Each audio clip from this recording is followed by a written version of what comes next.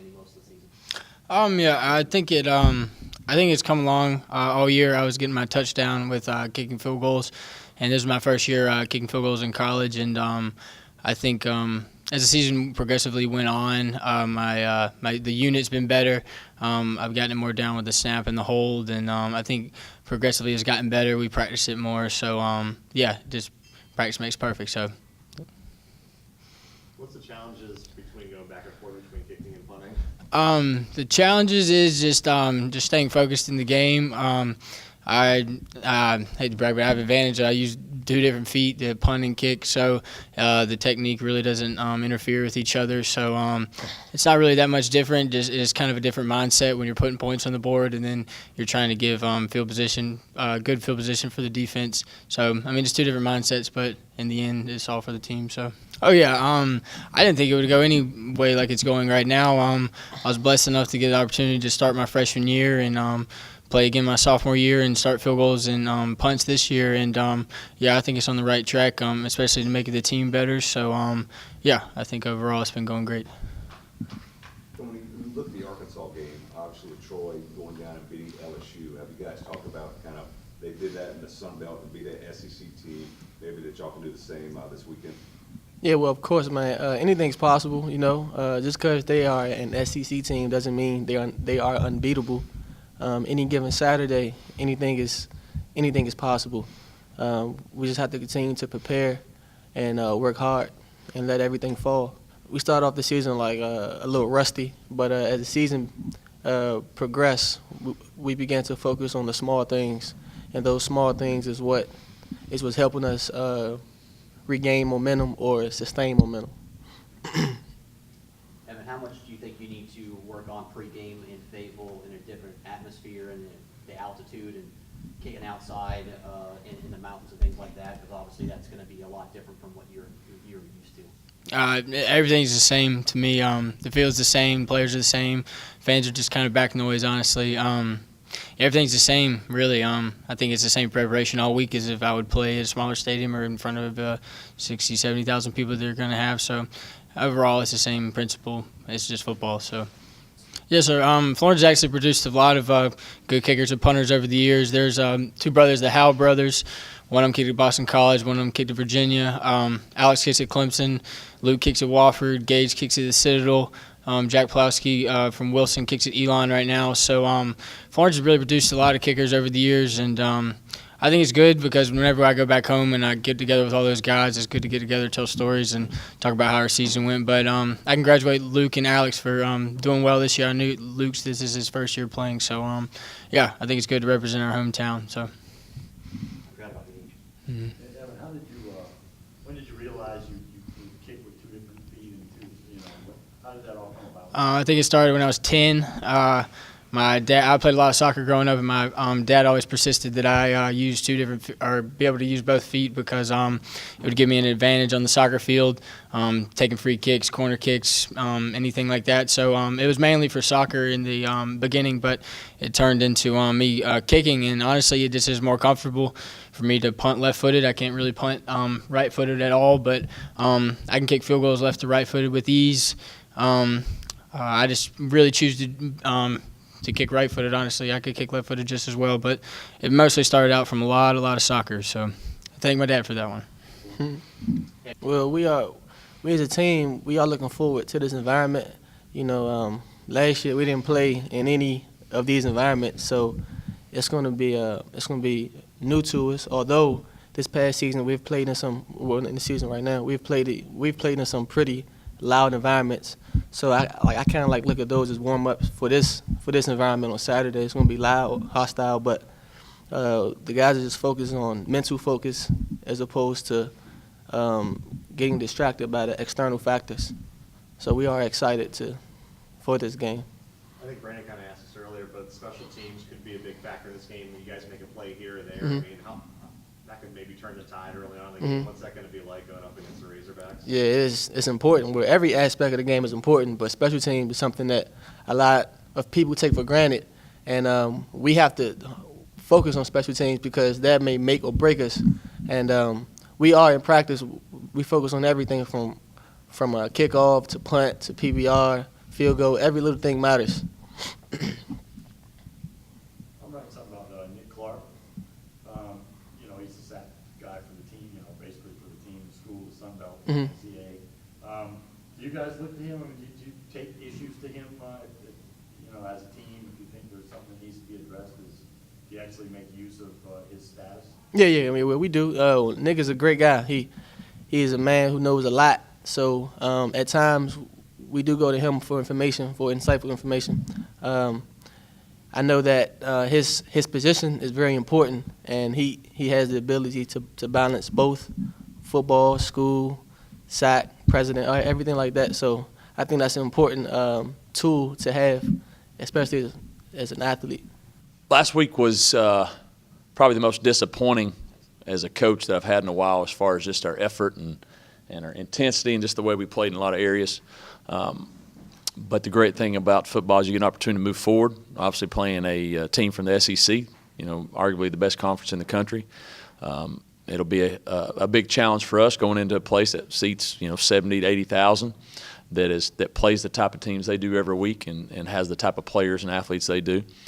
It's something that I think will allow our program, one, to continue to market what we're trying to accomplish, what we're trying to do. Secondly, you know, allow us to see what the big boys are about, what we'd like to try to eventually get to. And hopefully we've had a couple solid practices. Hopefully we'll get over the way we played last week and come out and play a better brand of football this week. And that's what we're intending to do. And our expectations are going down and try to win a football game and play well. I know you don't want to harp on last week, but could you feel like the beginning of the game, like Texas State just kind of ceased momentum right off the beginning? I mean, they were hurry-up offense, just moving up and down the field. Did you guys feel like the win was kind of taken out of your sails early on in that game or not? You know, it looked like we had no wind in ourselves, to be honest with you, just coming out. It looked like we were not ready to play, which is obviously on me. I didn't think we had just the same type of mindset coming into the game, the same type of focus that you need to have. It felt like we thought we were just going to show up and win the football game is what it felt like. And when you're 1 and whatever we were, that's never going to happen. And that should never happen when you're 10-0.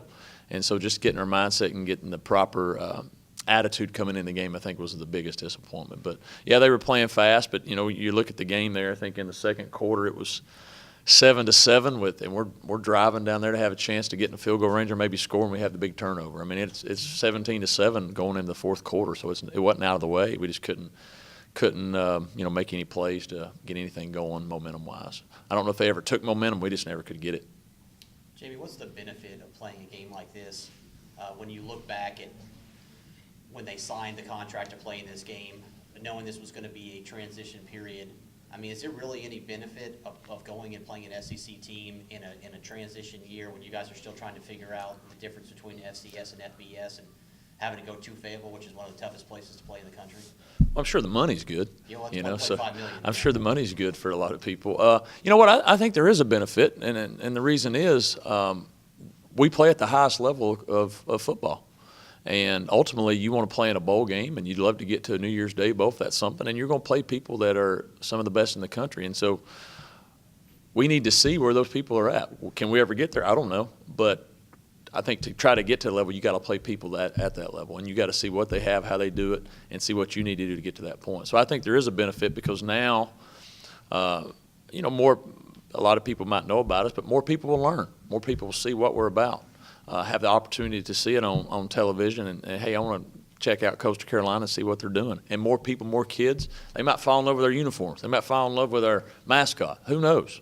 You don't know who you're reaching. And so anytime you have the opportunity to play somebody, in my opinion, that's well-known, respected, I think it can only help you grow your program. You know, now, you know, with where we're at right now, am I pumped about playing? No, you know, because we're not very good and we need to continue to learn to get better. But this might be the game we get better, that we go down there and it comes together and we play well and you know, next week you're going, how in the world you do it? So that's why I'm going to look at it. Kind of going off that, I know it's two different programs, Arkansas and Coastal, not Troy and LSU, but with what Troy was able to accomplish against an SEC team, has that been discussed at all? Or?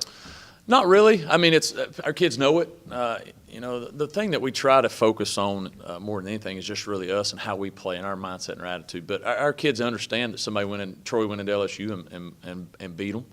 And so, that means it can happen, and that's the thing that I've told them is, why not us? It could, if we'll go do the things that we're capable of doing, but that again comes back to us and what our mindset is and the type of team and attitude we go down there with. But that's a great thing about sports in general is, 2 years ago, we would have never won the baseball championship. Nobody believed that either, and it happened. So, could. How much do you look back on last week and think that maybe, was it play calling or was it execution that really put you guys behind the 8 ball with regards to even, mustering any kind of offense in that game? Well, it was the play calling, obviously. I'm in charge of that, and I didn't put us in good positions to be successful. And then when you felt like you had some certain plays to run, you have to execute them. We went back and looked in the first half. We had 4 third downs, or 5 third downs in the first half. 3 of those were 3rd and 2 or less, and we could not get those. And so that means you're doing pretty well on 1st and 2nd down. But if you can't get 2 of those, we're 3rd and 1. And so I've got to put ourselves in a better situation to be able to execute those, and that's on me, And if we're not executing the plays, then I've got to put our quarterbacks or our team in better place to try to execute. And so offensively, I thought we'd gotten better each week. That was, I think, what I was more disappointed than anything. I thought we'd gotten better at offense each week, and last week we just didn't execute some of the things, and we just couldn't get the first downs when we needed to. And so you look back and go, hey, what was the difference? And I need to put us in some better place. Going off the offense, how disheartening is it on defense not getting teams off the field on 3rd down? Well, huge, obviously, and specifically last week we got them off the field and there was penalties. Every time you felt like we stopped them on 3rd down, there was some type of PI or something. So that's the hardest thing. You work hard to try to, hey, 3 and out, get the defense, get them, 3 plays and out, and you feel like you get a stop and there's a penalty or busted coverage or whatever it may be. And so that is when you feel like, hey, we got a chance to get the ball back and something happens. And that's been our Achilles heel, I think, all years. We've played a solid defense in a lot of ways, but then 3rd down, no matter what the situation, no matter who it was, our opponents are converting those at a high rate. And something that we work on, something we're trying to get better at, but just not good enough to where it needs to be for us to try to win games. Arkansas obviously hasn't had a good year. I think just 1 win so far in the SEC. You guys have struggled. Do you think they may overlook you guys? They saw your record. You guys are 1-7, Sun Belt. Do you think there's a chance where you guys come out and maybe take it to them early on and just kind of see what happens? I don't know how they'll be. I'm sure they just came off playing Ole Miss, and I think I don't know who they got in the SEC next. Maybe they got LSU or somebody next. So I'm sure we're sandwiched right in there. But we have to make sure if for that to happen, if they overlook us or not, we've got to go try to play at a high level. And that's the thing that has been our challenge is we've been so inconsistent up and down with what team shows up. And so if I could tell you I was confident with what team was going to show up Saturday, and that we could get off to a great start, yeah, I'd tell you that. I got to find out, and we're going to see what team shows up throughout the rest of this week. And but I believe if we'll do the things we're capable of, we can go down there and play well. Is there still confidence in this locker room? Are you trying to build confidence at this point?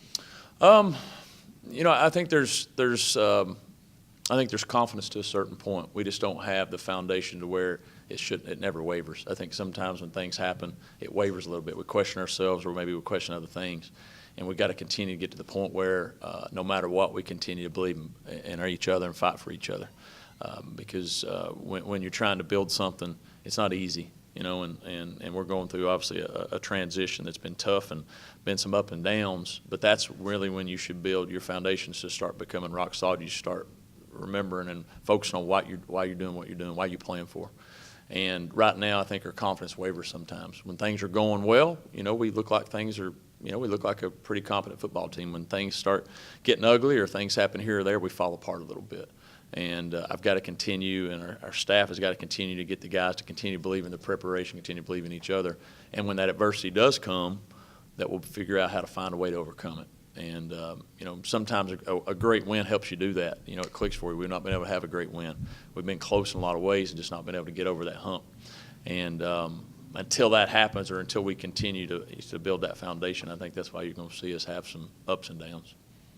Do the priorities change in a week like this where you go up against Arkansas as opposed to, one of the Sun Belt teams?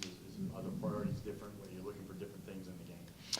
No, I think you're still focused on trying to play your very best and trying to win the game. That's what you're still focused on. And you want to see yourself improve, so your team improve.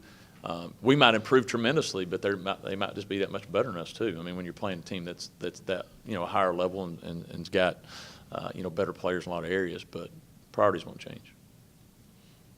It looks like injury-wise, you guys are getting hit a lot harder now than you've been all season. Mhm.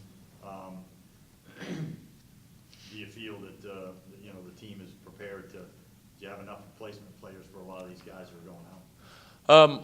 Yeah, we'll trot somebody out there. We're banged up in certain areas, but we've got guys that have been practicing that will go out there and do what we ask them to do and try to contribute the way they can.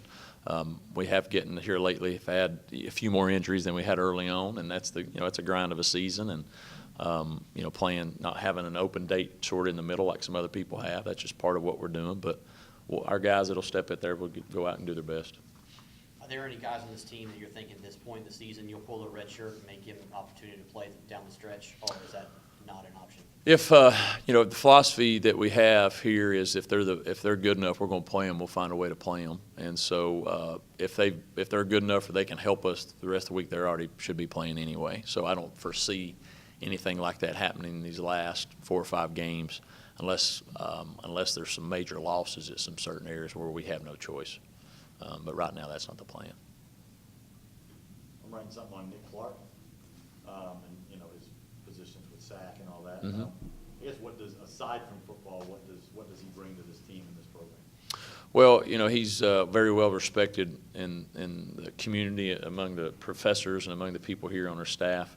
And so he's well respected by the football team because of that leadership that he's been placed in through the NCAA, the SAC, and some of those things. So I think the guys look to him for leadership in a lot of ways.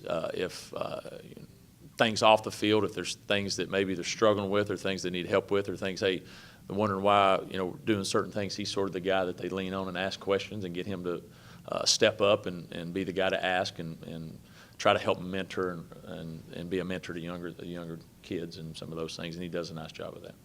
It's got to be handy for the coaches, I assume, to have a guy on the team like that is taking on leadership. Sure. Anytime that you have guys that take ownership in the team, that believe in what you're doing, that are completely bought in to your program, it's great to have people like that. And that's what helps your team that's what helps your team fight through adversity, when you have leadership of that quality, and helps you overcome those things. And you want people like that.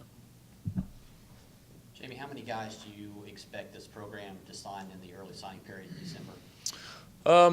I would expect us to sign anywhere between I'll say 8 and 15. I think we're at 10 commitments right now on the year, and so the expectations, all 10 of those are going to sign with us here in December on the early sign. Doesn't mean they're early enrollees, but this will sign with us. And so I expect hopefully that commitment list to grow before that time frame.